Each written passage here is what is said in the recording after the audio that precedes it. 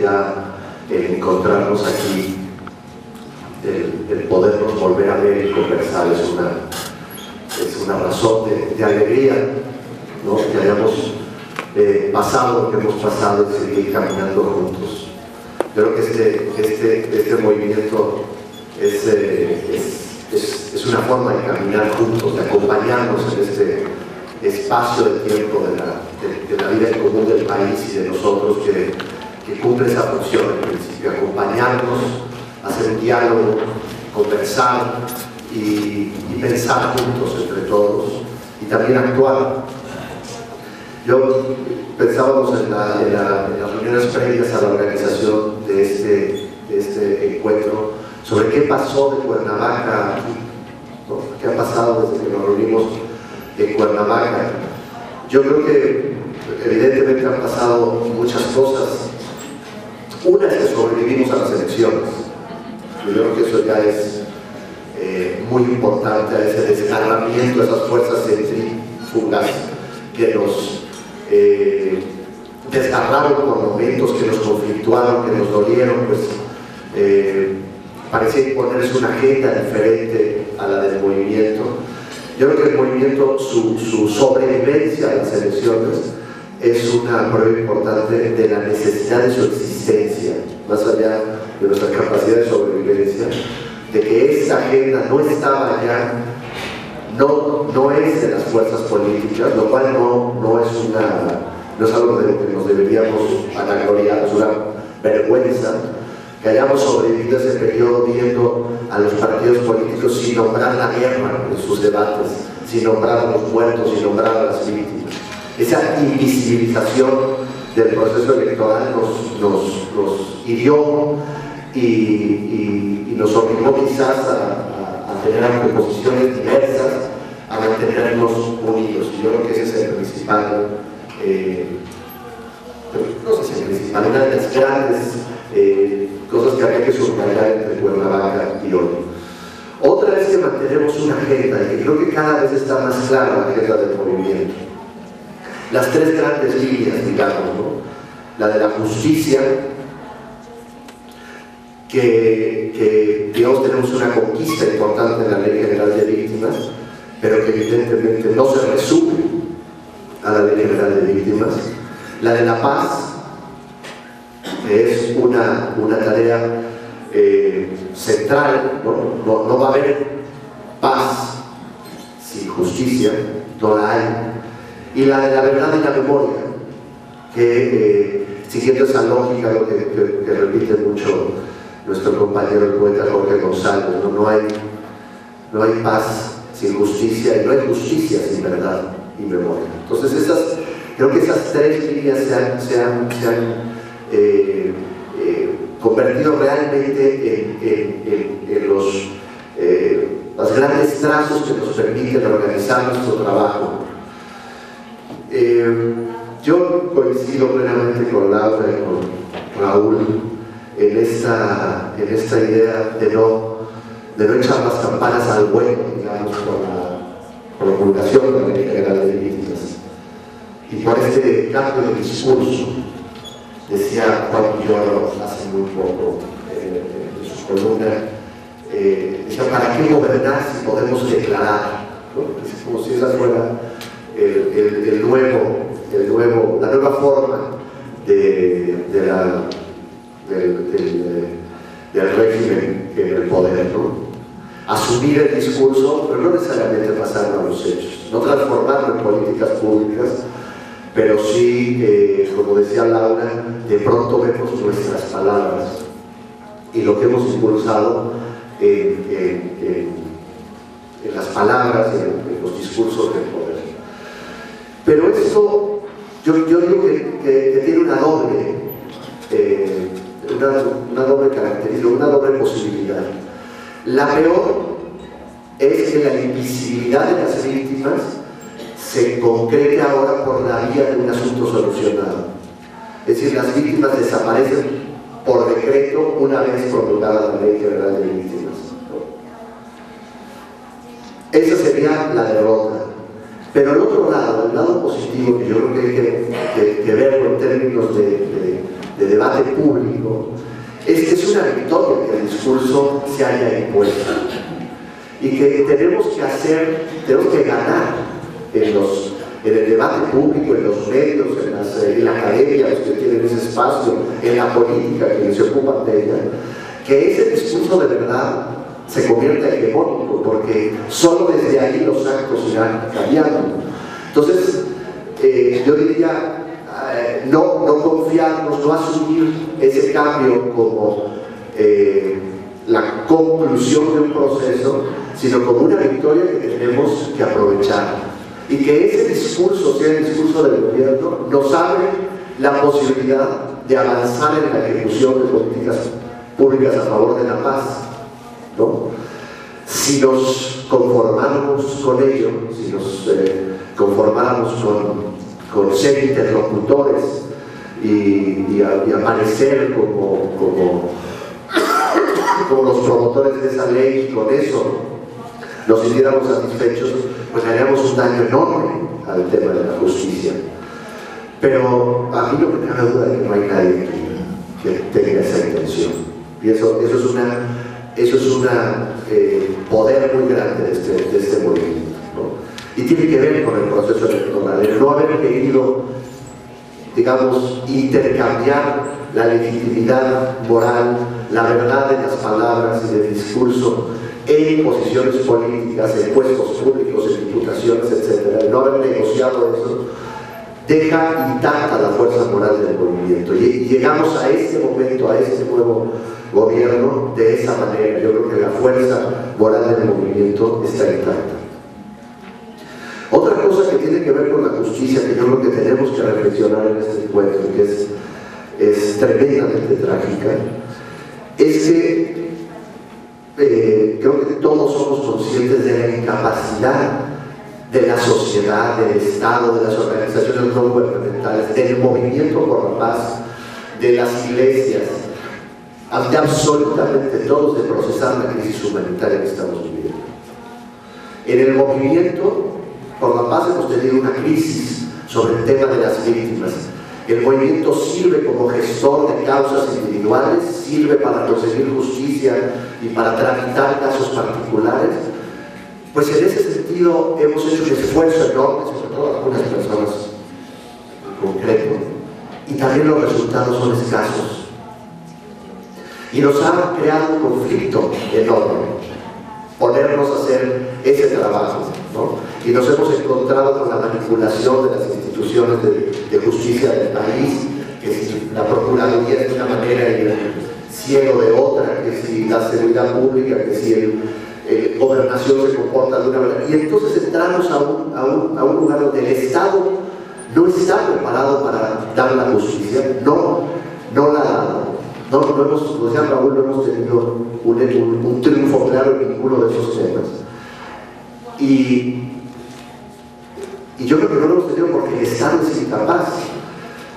Si pensamos en aquellos diálogos donde el movimiento sienta al presidente de la República, a la procuradora entonces, al secretario de Gobernación, al secretario de Seguridad Pública, al secretario de Educación, absolutamente todo el gabinete frente al movimiento, y se presentan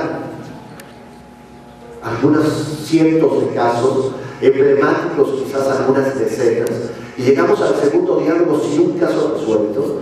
¿Qué nos dice esto? Yo, por lo menos, no estoy equivocado, pienso que el presidente Calderón hubiera estado encantado de llegar al segundo diálogo diciéndonos: aquí están estos desaparecidos de aquí en justicia para 5 o 6 meses, y quiso cancelar el segundo diálogo, etc. Porque el gobierno es incapaz, porque el Estado no existe. Si el Estado ha fallado, el famoso Estado fallido. Y entonces darnos cuenta de eso es tremendo, como decía el padre Solalí, de bueno, estamos pendientes de que el Estado nos dé lo que nos debe, pero el Estado no puede, es incapaz. Esas estructuras no están funcionando, están corrompidas, están destruidas. Y yo creo que cómo responder desde las ONGs, desde la prensa, desde la sociedad organizada, desde la clase política y desde las instituciones a esta crisis humanitaria, es un tema esencial. El movimiento propuso una ley de víctimas que obliga una reconstrucción del Estado, pero eso no basta. Yo creo que la experiencia nuestra de cada uno de ustedes en la plataforma de víctimas, etc., yo creo que nos abre a una reflexión y un conocimiento profundo de ese tema. No hay capacidad de asimilar esa crisis humanitaria y ese es el gran reto del país, ¿no? Esos 100.000 muertos con sus decenas de miles además de los desaparecidos, por lo menos por supuesto, de los familiares, todas esas víctimas que algunos de ustedes forman parte de esa comunidad trágica, no tienen respuesta. La respuesta que se ha encontrado es una que hemos encontrado aquí, que es estar juntos y pensar juntos y apoyarnos y encontrar solidaridad, consuelo y diálogo, pero no está solucionado. Y después viene efectivamente el tema de la paz, ¿no? Hay una agenda pendiente, el movimiento logró para la Ley de Seguridad Nacional, que es, digamos, formalizar la estrategia de guerra, elevarla a un marco legal. Y curiosamente, así como el presidente, como el PRI, fue, digamos, gestor y apoyó la creación de la Ley General de Víctimas, en el caso de la Ley de Seguridad Nacional era su promotor. Y ahí tenemos eso en la agenda, es decir, ¿qué viene? El movimiento tiene una contrapropuesta y ahí se abre una agenda de trabajo, lo que llamamos la Ley de Seguridad Humana y Ciudadana. Yo creo que ahí tenemos que enriquecerla, tenemos que convocar expertos, tenemos que ganar esa batalla también en el Parlamento y aprovechar la legitimidad que tenemos, pero también la que se nos ha reconocido, para poner sobre la agenda ya la Ley de Seguridad Humana y Ciudadana. Y en el tema de la verdad y la memoria, creo que hemos ido trazando ideas, pero tenemos que convertirla tenemos que concretar este asunto mucho más. El movimiento de alguna manera empezó a hacer estos actos. Desde Cuernavaca, los nombres de las víctimas en la plaza del Zócalo de Cuernavaca, en la caravana del norte, el nombre de Marisela Escobedo en la entrada del Palacio de Gobierno. Es decir, el tema de la memoria ha sido un eje de trabajo, pero que tenemos que quizás convertirlo en un programa nacional que nos lleve a buscar otras alianzas con artistas, con intelectuales, con narradores, con iglesias, con pueblos, comunidades, etcétera, para hacer visible en diferentes metáforas, ¿no? Decía Raúl con mucha certeza, no se trata solo de monumentos, ¿no? En las metáforas, en los formatos que sea posible, pero poner el tema de la memoria en el centro. Y también ponerlo en el tema de la agenda con el gobierno, ¿no? El movimiento no le está pidiendo al gobierno que convierta la escena de luz en memorial. El movimiento ya declaró que eso es el memorial de las víctimas de la violencia en México y que lo vamos a resignificar. Pues tenemos que concretarlo y tenemos que también procurar que el gobierno acepte ganar esa batalla frente al gobierno para que a partir de ahí se pueda hacer una política nacional de verdad y memoria. Y creo que estos temas tendrían que ver con algo que a lo mejor yo propondría que empezáramos también a pensar al movimiento como un gran promotor de la cultura para la paz, de la cultura de paz. Hay mucha literatura al respecto. El movimiento ya es una manifestación de la cultura de paz en México, pero quizás debemos sistematizar, hacer un proyecto, un programa de trabajo nacional para promover la cultura de la paz. Esa cultura que privilegia la paz sobre el orden, la paz sobre las instituciones del Estado, la seguridad humana sobre la seguridad del gobierno, que privilegia la convivencia, que no cree que la seguridad es a costa de las libertades de las personas, sino que son las libertades las que garantizan la paz, que que cree en la memoria, que cree en el diálogo, en la convivencia, que cree en la organización de la sociedad. Es muy amplio, pero creo que el tema de ser promotores de la cultura de paz nos puede también abrir un espacio de trabajo. Y en los dos últimos temas, de hecho, convocar a otros. Yo creo que el movimiento, una de las cosas que ya sabemos, que lo sabemos desde el principio, pero que es muy importante no olvidar, es que el movimiento por la paz con justicia y democracia y dignidad no es el movimiento por la paz en México exclusivamente. El movimiento por la paz lo conforman muchísimas otras organizaciones, muchísimas otras organizaciones de víctimas, de defensores de derechos humanos, de comunidades organizadas, de pueblos, y que tenemos que saber dialogar con nosotros y saber entendernos en este contexto en el que somos mucho más y somos más fuertes.